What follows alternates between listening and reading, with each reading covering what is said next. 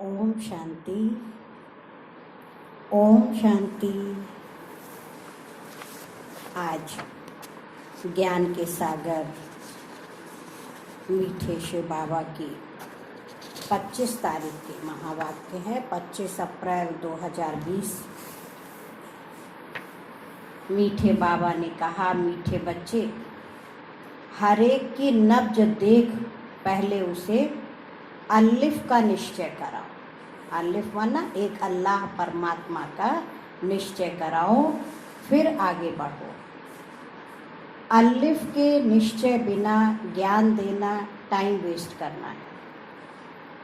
जब तक स्वयं को नहीं पहचाना, परमात्मा को नहीं पहचाना, तो बाबा कह रहे सबसे पहले उसको परमात्मा का परिचय कराओ कि ज्ञानदाता परमात्मा है। तो जब उसको परमात्मा पे निश्चय हो जाएगा तो वो आपकी बात भी अच्छी रीति सुनेगा। नहीं तो बाबा कह रहे फिर टाइम वेस्ट करना हो गया। कितना भी हम सुनाएंगे उसकी बुद्धि में बैठेगा ही नहीं। आज का प्रश्न है, कौन सा मुख्य एक पुरुषार्थ स्कॉलरशिप लेने का अधिकारी बना देता है? बाबा कहते हैं स्कॉलरशिप लेना है, ऐसा पुरुषार्थ करो, इतनी अच्छी हमारी पढ़ाई हो कि उससे हम नंबर 1 बन सके, पास विद ऑनर हो सके। उत्तर है अंतर्मुखता का। तुम्हें बहुत अंतर्मुखी रहना है। बाप तो है कल्याणकारी, कल्याण के लिए ही राय देते हैं। जो अंतर्मुखी योगी बच्चे हैं वह कभी देह अभिमान में आकर रूसते व लड़ते नहीं हैं। उनकी चलन बड़ी रॉयल शानदार होती है। बहुत थोड़ा बोलते हैं। यज्ञ सर्विस में रुचि रखते हैं। वह ज्ञान की ज़्यादा टिक नहीं करते हैं। टिक करना माना बहुत बोलते हैं ना, तो फिर वो अच्छा नहीं है ना। ज्ञान की बातें भी लिमिटेड बोलना, वो भी बहुत अच्छी बात है ना। व्यर्थ में टिक करना, अगले को समझ में भी नहीं आ रहा और हम बोलते जा रहे हैं। तो बाबा कह रहे वो ज़्यादा ज्ञान की टिक भी नहीं करते, याद में रहकर सर्विस करते हैं। ओम शांति। प्यारे बाबा ने कहा, अक्सर करके देखा जाता है प्रदर्शनी सर्विस के समाचार भी आते हैं। तो मूल बात जो बाप के पहचान की है उस पर पूरा निश्चय न बिठाने से बाकी जो कुछ समझाते रहते हैं वह कोई की बुद्धि में बैठना मुश्किल है। भल अच्छा अच्छा कहते हैं परंतु बाप की पहचान नहीं है। पहले तो बाप की पहचान हो। बाप के महावाक्य है, मुझे याद करो, मैं ही पतित पावन हूँ। मुझे याद करने से तुम पतित से पावन बन जाएंगे। ये है मुख्य बात। भगवान एक है और वही पतित पावन है। ज्ञान का सागर, सुख का सागर है, वही ऊंचते ऊंच है। अगर यह निश्चय हो जाए तो फिर भक्ति मार्ग के जो शास्त्र, वेद अथवा गीता भागवत है वो सब खंडन हो जाएगा ना। फिर उसकी बुद्धि में एक बाबा पक्का हो जाएगा ना? क्योंकि जो भी हम पढ़ते आए, सुनते आए, उसके बाद भी हमारे अंदर परिवर्तन नहीं आया, क्योंकि आत्मिक शक्ति नहीं थी। अब बाबा आकर के हमें आत्मबल, परमात्मा बल दोनों देने आया है। तो भगवान तो खुद कहते ये मैंने नहीं सुनाया है, मेरा ज्ञान शास्त्रों में नहीं है, वो है भक्ति मार्ग का ज्ञान। मैं तो ज्ञान दे सदगति करके चला जाता हूँ, फिर यह ज्ञान प्रायः लोप हो जाता है। ज्ञान की प्रारब्ध पूरी होने के बाद फिर भक्ति मार्ग शुरू होता है। जब बाप का निश्चय बैठे तो समझे। भगवान वाच, यह भक्ति मार्ग के शास्त्र हैं। ज्ञान और भक्ति आधा आधा चलती है। भगवान जब आते हैं तो अपना परिचय देते हैं। मैं कहता हूँ 5000 वर्ष का ये कल्प है। मैं तो ब्रह्मा मुख से समझा रहा हूँ। तो पहली मुख्य बात बुद्धि में बिठानी है कि भगवान कौन है। इसी में ही बाबा कहते तुम बच्चों की जीत होनी है। पहले पक्का कराओ कि परमात्मा कौन है। जैसे आत्मा ज्योति स्वरूप तो परमात्मा भी ज्योति स्वरूप। हम सब मनुष्य आत्माओं के दो पिता हैं।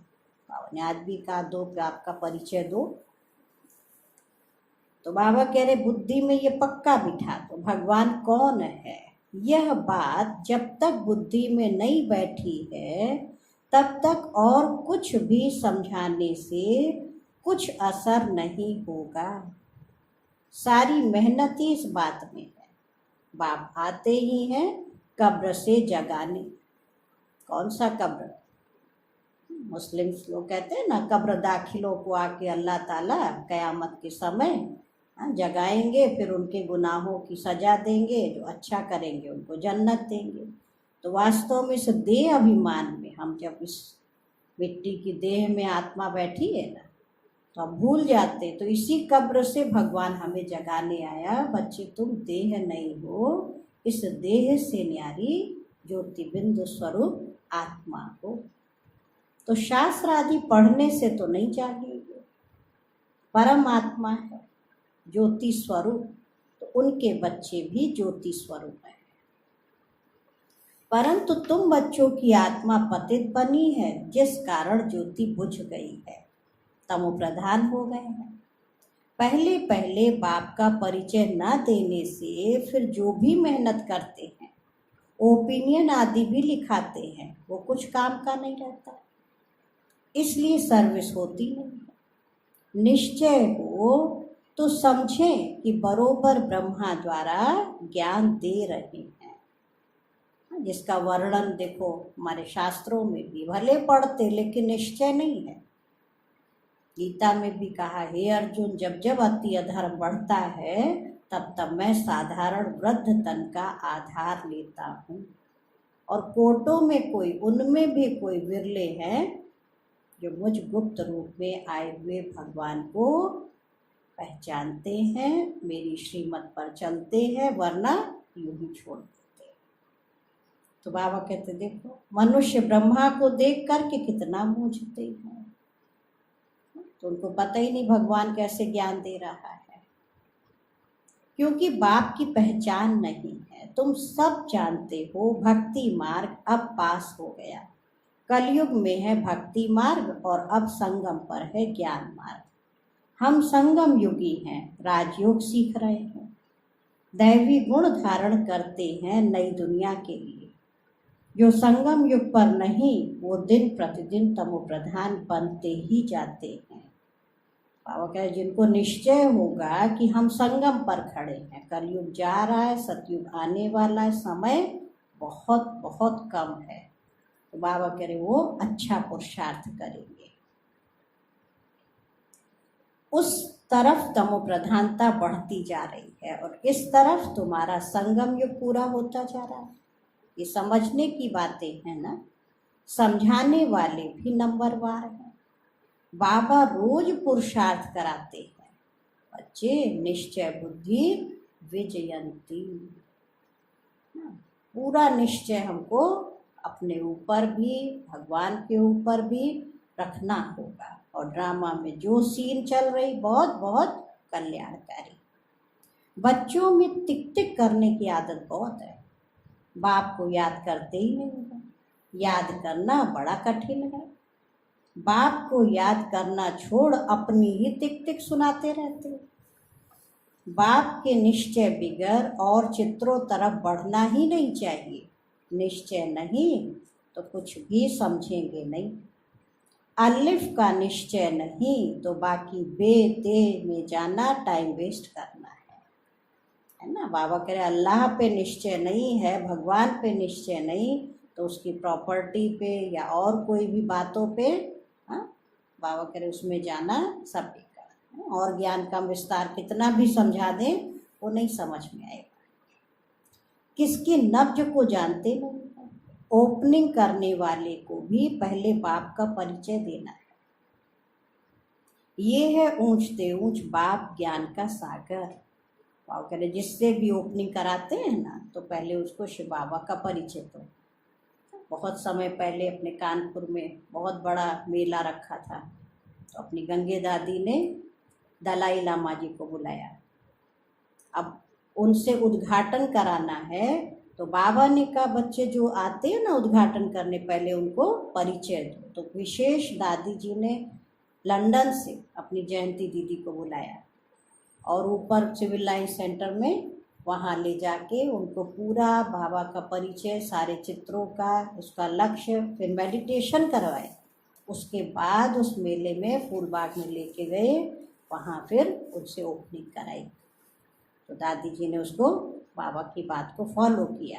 तो बाबा कह रहे पहले ओपनिंग करने वाले को बाप का परिचय देना। ये है ऊंचते ऊंच बाप ज्ञान का सागर। बाप यह ज्ञान अभी ही देते हैं, सतयुग में इस ज्ञान की दरकार ही नहीं रहती। पीछे शुरू होती है भक्ति। बाप कहते हैं जब दुर्गति अर्थात मेरी निंदा पूरी होने का समय होता है तब मैं आता हूँ। भगवान की भी निंदा की अति हो गई। आधा कल्प उनको निंदा करनी ही है, जिनकी भी पूजा करते हैं ऑक्यूपेशन का पता ही नहीं है। तुम बच्चे बैठ समझाते हो, परंतु खुद का ही अगर बाबा से योग नहीं होगा तो औरों को क्या समझा सकेंगे। भल शिव बाबा कहते हैं, परंतु योग में बिल्कुल रहते ही नहीं हैं। बाबा बच्चों की अवस्था सुना है, सभी की नहीं है, कुछ बच्चे हैं तो बाबा कह रहे जो याद ही नहीं करते हैं, तो विकर्म विनाश भी नहीं होते हैं, धारणा नहीं होती। मुख्य बात है एक बाप को याद करना। जो बच्चे ज्ञानी तो आत्मा के साथ साथ योगी नहीं बनते हैं, उनमें देह अभिमान का अंश जरूर होगा। योग के बिगर समझाना बाबा कहते कोई काम का नहीं है ना। पहले शिव बाबा को याद करके आवाहन करो, बाबा अब ये बच्चा आपका आया है, आपको इसे समझाना है। मैं आत्मा निमित्त हूँ, आप इस मुख से आप ज्ञान सुनाइए। तो बाबा कह रहे उसको ना देह अभिमान का अंश नहीं होना चाहिए। योग के बिगर अगर समझाया तो कोई काम का नहीं, फिर देह अभिमान में आकर किसी ना किसी को तंग करते रहेंगे। बच्चे भाषण अच्छा करते हैं तो समझते हम ज्ञानी तो आत्मा है। बाबा कहते हैं ज्ञानी तो आत्मा तो हो, परंतु क्या हुआ, योग कम है, योग पर पुरुषार्थ बहुत करना है। सारी मेहनत है योग की। बाबा कितना समझाते, बच्चे चार्ट रखो, मुख्य है ही योग की बात। बच्चों में ज्ञान के समझाने का शौक तो है, लेकिन योग नहीं है। बाबा बार बार जोर दे रहे बच्चे योग जरूर करो। तो योग बिगर विकर्म विनाश नहीं होंगे तो फिर पद क्या पाएंगे। योग में बहुत बच्चे फेल हैं, समझते हैं हम 100% है, परंतु बाबा कहते 2% भी नहीं, 2% है केवल। बाबा खुद बतलाते हैं भोजन खाते समय याद में रहता हूँ फिर भूल जाता हूँ। ब्रह्मा बाबा अपना अनुभव सुना रहे। स्नान करता हूँ तो भी बाबा को याद करता हूँ, भल उनका बच्चा हूँ फिर भी याद भूल जाती है। समझते हो ये तो नंबर 1 में जाने वाला है, जरूर ज्ञान और योग में ठीक होगा। फिर भी बाबा कहते योग में बहुत मेहनत है। बाबा डरा नहीं रहे, लेकिन बाबा हम बच्चों को हिम्मत दे रहे हैं। बच्चे देखो मैं भी भूल जाता, कोई बात नहीं, तुम भी मेहनत करो तो पास हो जाएंगे।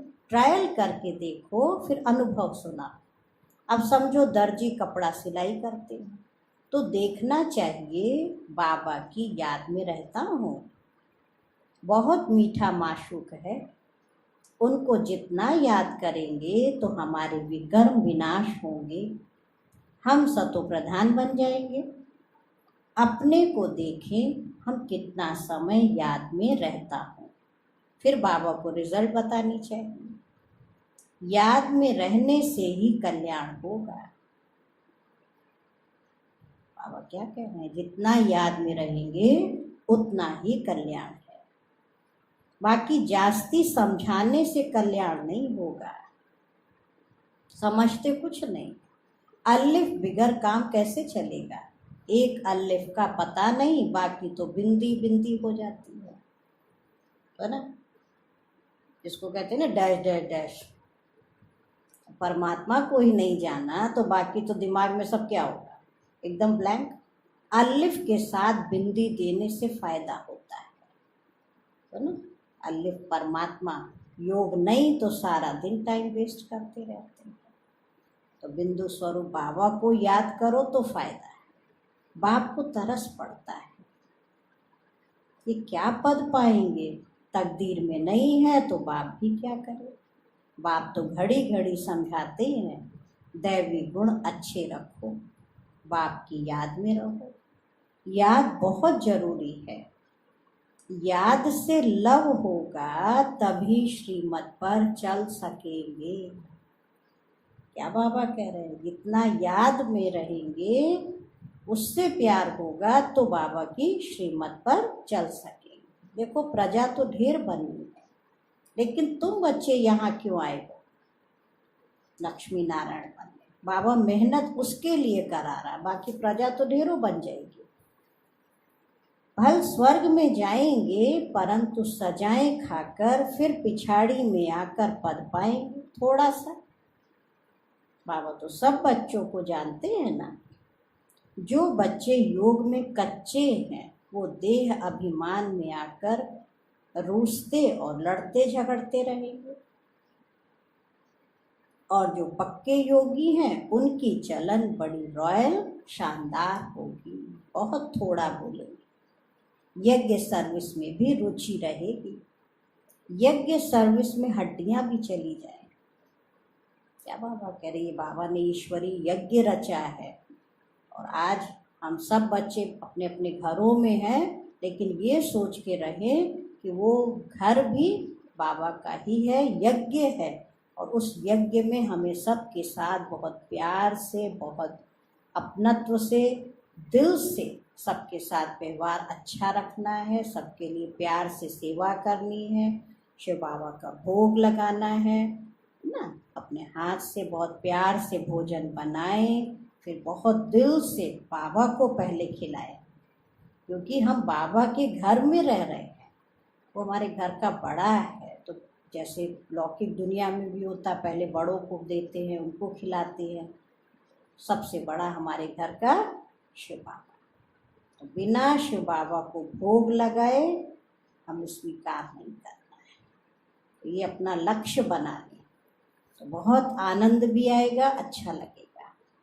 ऐसे ऐसे कोई हैं भी, परंतु बाबा कहते याद में जास्ती रहो तो बाप से लव होगा और खुशी में रहेंगे। बाप कहते हैं मैं भारत खंड में ही आता हूँ, भारत को ही आकर ऊंचा बनाता हूँ। सतयुग में तुम विश्व के मालिक थे, सदगति में थे, फिर दुर्गति किसने करी? का रावण ने। अच्छा कब शुरू हुई? द्वापर युग से। आधा कल्प के लिए सदगति 1 सेकंड में पाते हो, 21 जन्मों का वर्षा पा लेते हो। बाबा 1 सेकंड क्यों कह रहा है? मेहनत तो बहुत है। तो बाबा के कहने का मतलब निश्चय बुद्धि बनने में 1 सेकंड लगता है, बाकी पुरुषार्थ करने में तो टाइम लगेगा। तो जब भी कोई अच्छा आदमी आए तो पहले पहले उनको बाप का परिचय दो। बाबा करे पहले पहले पक्का कराओ कि आखिर ये ज्ञान किसका है, कौन सुना रहा है।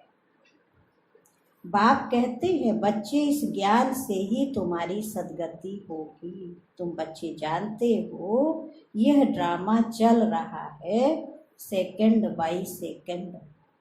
यह बुद्धि में याद रहे तो भी तुम अच्छी रीति स्थिर रहेंगे। मुख्य बात है अपने बुद्धि को, मन को शांत और स्थिर रखना। वो होगा बाबा की याद से। यहाँ बैठे हो तो भी बुद्धि में रहे ये सृष्टि चक्र जो माफिक कैसे फिरता रहता है। सेकंड सेकंड टिक टिक होती रहती है, ड्रामा अनुसार ही सारा पार्ट बज रहा है। एक सेकंड पास हुआ, खत्म, रोल होता जाता है। जैसे ना रील भरती जाती है तो फिर खुलेगी 5000 साल बाद। बहुत आहिस्ते आहिस्ते फिरता है। ये है बेहद का ड्रामा। बूढ़े आदि जो हैं उनकी बुद्धि में ये बातें बैठ ना सके। बाबा करे बुजुर्ग हो जाते तो बुद्धि थोड़ा सुनने में, समझने में थोड़ा टाइम लगता है। ज्ञान भी बैठ ना सके, योग भी नहीं, फिर भी बच्चे तो है ना। तो बाबा कितना प्यार का, रहम का सागर। बाबा कह रहे भले बुजुर्ग है, पूरी रीति ज्ञान बुद्धि में नहीं बैठता है, याद भी नहीं ठीक कर पाते हैं, फिर भी बाबा कहते हैं तो बच्चे ना। हाँ, सर्विस करने वालों का पद ऊंचा है, बाकी का तो कम पद होगा। ये पक्का ख्याल रखो कि मुझे बाबा को याद करना है। ये बेहद का ड्रामा है, ये पक्का कर दो। चक्र फिरता रहता है, जैसे रिकॉर्ड फिरता रहता है। हमारी आत्मा में भी ऐसे रिकॉर्ड भरा हुआ है। छोटी आत्मा में इतना सारा पार्ट भरा हुआ है, इनको कुदरत कहा जाता है। देखने में तो कुछ भी नहीं आता है, ये समझ की बात है। मोटी बुद्धि वाले समझ ना सके। इनमें हम जो बोलते जाते हैं टाइम पास होता जाता है, फिर 5000 वर्ष के बाद ही रिपीट होगा। ऐसी समझ कोई के पास नहीं है। जो महारथी होंगे वो घड़ी घड़ी इन बातों पर ध्यान देकर समझाते रहेंगे। इसलिए बाबा कहते हैं पहले पहले तो गांठ बांधो।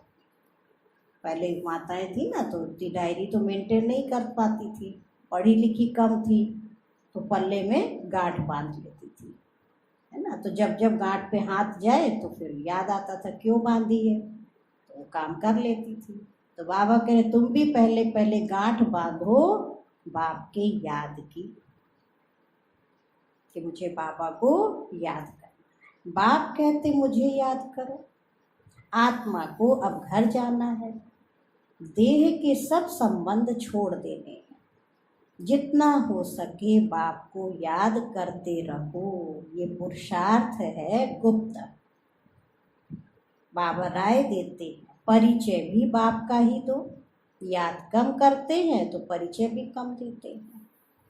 पहले तो बाप का परिचय बुद्धि में बैठे। बोलो अब लिखो बरोबर वह हमारा बाप है, ये पक्का उसके दिल में छप जाए। याद कम करते तो परिचय कम देते हैं। बाबा कह रहे देह सहित सब कुछ छोड़ एक बाप को याद करना है, क्योंकि याद से ही तुम तमो प्रधान से सतो प्रधान बनेंगे। मुक्ति जीवन मुक्ति धाम में तो दुख दर्द होता ही नहीं है। न परम धाम में दुख दर्द है, जो आत्मा बिंदु सितारा कोई देह है नहीं, और न सतयुग में है। भले हम शरीर सहित हैं लेकिन वहाँ कोई भी दुख दर्द आदि नहीं। दिन प्रतिदिन अच्छी बातें समझाई जाती हैं। आपस में भी यही बातें करो, लायक भी बनना चाहिए ना। ब्राह्मण होकर और बाप की रूहानी सेवा न करे तो क्या काम का। पढ़ाई को तो अच्छी रीति धारण करना चाहिए ना। बाबा जानते हैं बहुत हैं जिनको एक अक्षर भी धारण नहीं होता है, यथार्थ रीति बाप को याद करते नहीं हैं। राजा रानी का पद पाने में मेहनत है, जो मेहनत करेंगे वह ऊंच पद पाएंगे। मेहनत करें तब राजाई में जा सकते। नंबर 1 को ही स्कॉलरशिप मिलती है। बाबा कह रहे स्कॉलरशिप किसको मिलेगी, जो नंबर 1 लक्ष्मी नारायण को स्कॉलरशिप मिलेगी। तो बाबा कह रहे लक्ष्मी नारायण स्कॉलरशिप लिए हुए हैं, फिर है नंबर 1। बहुत बड़ा इम्तिहान है ना। स्कॉलरशिप की ही माला बनी हुई है। 8 रतन है ना, तो 8 है, फिर है 100, फिर है 16,000। तो कितना पुरुषार्थ करना चाहिए माला में पिरोने का। कौन सा पुरुषार्थ करेंगे? बाबा कह रहे अंतर्मुखी रहने का पुरुषार्थ करने से स्कॉलरशिप लेने के अधिकारी बन जाएंगे। अंतर्मुखी माना अंदर ही अंदर आत्मचिंतन करना है ना। अंदर का जो हमारा मन है, अंतर का मुख, वो केवल एक परमात्मा की, आत्मा की, सृष्टि चक्र की, ये ज्ञान की बातों का ही केवल चिंतन करें। कई बार होता है ऊपर से मुख हम बंद रखते, लेकिन अंदर कितना बड़बड़ करते रहते, वो बहुत नुकसानकारक है। उसको बाबा कहते अंतर्मुखी। एक है बाहर मुखी, एक है अंतर्मुखी, जिसको एक्सट्रोवर्ट और इंट्रोवर्ट कहा है। तो बाप तो है कल्याणकारी, तो कल्याण के लिए ही बाबा बच्चों को राय देते हैं। कल्याण तो सारी दुनिया का होना है, परंतु नंबर वार है। तुम यहाँ बाप के पास पढ़ने के लिए आए हो, तुम्हारे में भी वो स्टूडेंट अच्छे हैं जो पढ़ाई पर ध्यान देते हैं, कोई तो बिल्कुल ध्यान नहीं देते हैं। ऐसे भी बहुत समझते हैं कि जो भाग्य में होगा, है ना, भाग्य पर छोड़ देते हैं। पढ़ाई की एम ही नहीं है। अब सोचो जो भाग्य के ऊपर होगा यही सोच ले तो मेहनत कैसे करेगा। घर में बच्चा के मम्मा भाग्य में जो होगा तो हम पढ़ लेंगे, तो आप भी कहेंगे नहीं पढ़ो। तो बिना कर्म के, बिना मेहनत के कोई भाग्य नहीं बनता है। पढ़ाई की एम ही नहीं है तो बच्चों को याद का चार्ट रखना है। हमको अब वापस घर जाना है। ज्ञान तो यहाँ ही छोड़ जाएंगे, ज्ञान का पार्ट पूरा हो जाता है। सत्युग में थोड़ी ना आत्मा परमात्मा सृष्टि चक्र का कोई ज्ञान होगा। उनको वहाँ देवी देवताओं को ये नॉलेज नहीं होगी कि हमने कैसे ये पद पा लिया। बस अपने आप में बहुत खुश होंगे, मस्त होंगे, हेल्दी होंगे, वेल्दी होंगे और सदा हैप्पी रहेंगे। तो बाबा कह रहे हैं कि वहाँ ज्ञान का पार्ट पूरा हो जाता है। आत्मा इतनी छोटी, उनमें कितना पार्ट है, वंडर है ना। ये सारा अविनाशी ड्रामा है। ऐसे ऐसे भी तुम अंतर्मुखी होकर अपने से बातें करते रहो तो तुमको बहुत खुशी हो कि बाप आकर हमें ऐसी बातें सुनाते हैं कि आत्मा कब विनाश नहीं होगी। भय रहता ना कहीं शरीर ना छूट जाए, कहीं कुछ ऐसा ना हो जाए। तो बाबा कह रहे वहाँ नॉलेज होगी, बहुत खुशी होगी कि आत्मा तो कभी विनाश होती नहीं। ड्रामा में एक एक मनुष्य का, एक एक चीज का पार्ट नूंधा हुआ है। इनको बेअंत भी नहीं कहेंगे, अंत तो पाया है ना, परंतु ये है अनादि ना। ड्रामा जो चल रहा है अनादि अविनाशी है। बाकी कोई कहे बेअंत है, बाबा ने अंत दिया ना, कब शुरू हुआ कब समाप्त होगा, फिर उसकी पुनरावृत्ति होगी ना। कितनी चीजें हैं, इनको कुदरत कहे, ईश्वर की कुदरत भी नहीं कह सकते तो क्या कहेंगे, नेचुरल है ना। वो कहते हमारा भी इसमें पार्ट है। जो बाबा भी उसमें अपने समय अनुसार पार्ट बजाते हैं। तो ये सृष्टि बनी ही है आत्मा, परमात्मा और प्रकृति, 3 चीजों से। इसको प्राकृतिक वो कहते हैं, कुदरत।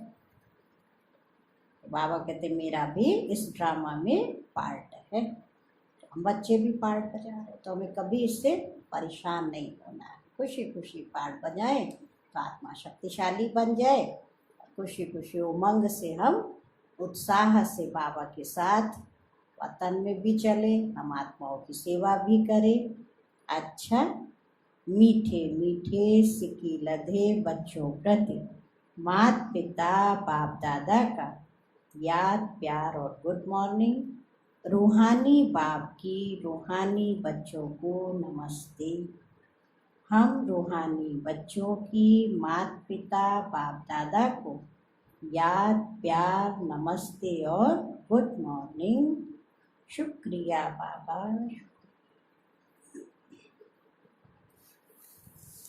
आज धारणा के लिए मुख्य सार है मुरली का। फर्स्ट पॉइंट है, योग में बहुत मेहनत है। वो मेहनत हम बच्चों को करनी है, ट्रायल करके देखना है कि कर्म में कितना समय बाप की याद रहती है। याद में रहने से ही कल्याण है। मीठे माशूक को बहुत प्यार से याद करना है। बाबा हमारा बहुत मीठा माशूक, बाबा कह रहे बहुत प्यार से याद करना है, याद का चार्ट रखना है। सेकंड पॉइंट है, महीन बुद्धि से इस ड्रामा के राज को समझना है। यह बहुत बहुत कल्याणकारी ड्रामा है। हम जो बोलते हैं व जो करते हैं वो फिर 5000 वर्ष के बाद रिपीट होगा। बाबा कह रहे इसे यथार्थ समझकर खुशी में रहना है। जो हम बोल रहे हैं, इसलिए बाबा कहते ब्राह्मणों के संकल्प भी सिद्ध हो जाते हैं। तो इसको यथार्थ समझकर बहुत खुशी में रहना है।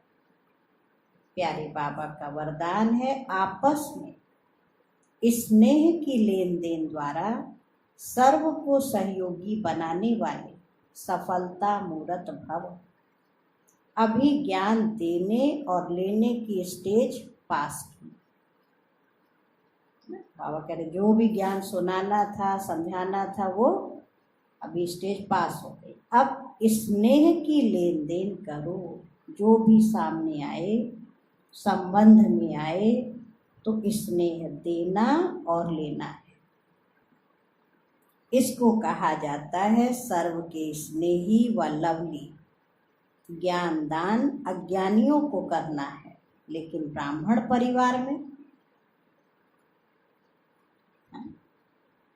अब अपने घर परिवार में अब ज्ञान नहीं कोई सुनेगा ना। बाबा कह रहे अभी वहाँ क्या करना है, स्नेह की लेन देन करनी है ना। तो ब्राह्मण परिवार में इस दान के महादानी बनो। स्नेह प्यार बहुत बड़ी शक्ति है प्यार की। उस प्यार की, स्नेह की शक्ति ने ही हम बच्चों को भी बाबा का बनाया, तो दूसरों को भी बाबा का बनाने के लिए बाबा कह रहे अब इसका दान कर। इसको कहा जाता है सर्व के स्नेही व लवली।